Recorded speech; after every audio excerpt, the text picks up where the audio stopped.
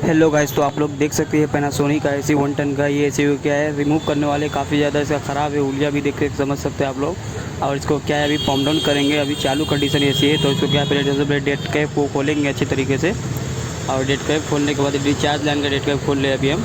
तो इसको क्या है अभी एलाइंकी से 5 mm एलाइंकी से सबसे पहले डिस्चार्ज लाइन बंद करेंगे, क्योंकि यहाँ से गैस निकलता है कोयल होके उसी सक्शन लाइन से रिटर्न होकर आउटडोर में आता है। सबसे पहले लाइन इसको बंद करेंगे। बंद होने के बाद फिर सक्शन लाइन को बंद करेंगे। फाइनली पंप डाउन हो गया। बंद करेंगे।